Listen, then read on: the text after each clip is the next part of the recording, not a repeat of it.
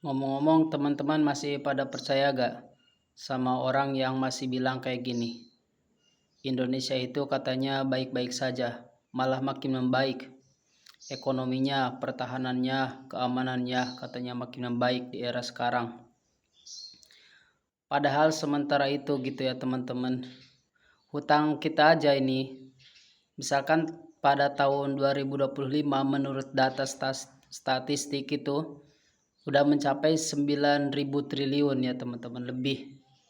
Nah bayangin aja sekarang sampai berapa, mungkin 10.000, udah lebih dari setengah tahun ya teman-teman. Nah kalau misalkan itu hutang kita bagikan ke seluruh jiwa gitu ya, penduduk Indonesia sekitar 270 juta jiwa, itu satu jiwanya tuh kurang lebih dapat 33 ataupun 30 jutaan per orang untuk bayar hutang itu. Sementara teman-teman, kita kan negara kaya gitu ya, kita punya sumber daya alam yang negara lain tidak punya. Tambang, nikel, segala macam itu kalau dikelola dengan baik ya teman-teman, menurut ahli profesor itu satu orangnya bisa dapat per bulan itu 20 juta 20 juta rupiah per orang, maksudnya kayak gitu. Sementara kita lihat juga, apakah Indonesia ini akan baik ketika misalkan dipimpin oleh pemimpinnya yang mantan buronan, penjahat HAM gitu.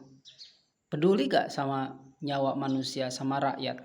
Sementara dia bilang sendiri, saya gak menjabat itu bisnis saya terhambat. Kira-kira bakal maju gak? Kemudian wakilnya misalkan, wakil pemimpin itu gak tahu itu lulus SMP juga, gak tahu lulus, gak tahu enggak. Yang pasti dia sukanya ngegame lah gitu. Bayangin. Kemudian pejabat-pejabatnya bagus gak kinerjanya?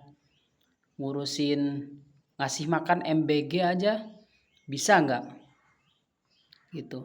Semakin hari kinerjanya tuh semakin bikin gonjang-ganjing. Korupsi aja yang paling diutamain itu. Kemudian kita punya sumber daya manusia yang misalkan orang-orang pintar itu malah gak dihargai di negara sendiri. Di luar negeri dihargai, di negeri sendiri ya gak berguna gitu, karena kurang bisa menjilat gitu kan. Kalau pemerintah, pejabat-pejabat Indonesia biasanya yang pintar menjilat baru diangkat kayak gitu, dijadikan pejabat. Terus juga sumber daya alam Indonesia dikuasai asing-asing. Lihat aja dari berapa persen penduduk asli Indonesia yang kaya itu bukan orang aslinya, Cina. Tambang, nikel, batu bara, emas punya Indonesia bukan? Bukan, punya asing semua. Terus sekarang orang masih bilang Indonesia baik-baik saja. Kita mau percaya gak? Bisa percaya gak? Ya kalau ada keajaiban Tuhan bisa aja, cuman kalau dari segi secara kasat mata kita sendiri, logika, itu perlu revolusi besar gitu ya. Birokrasi ataupun revolusi mental dari rakyatnya sendiri juga perlu itu. Karena politik itu mencegah, pemilu itu mencegah dari orang-orang yang zalim untuk berkuasa. Makanya kita jangan gampang dibodohi ya teman-teman. Kayak gitu.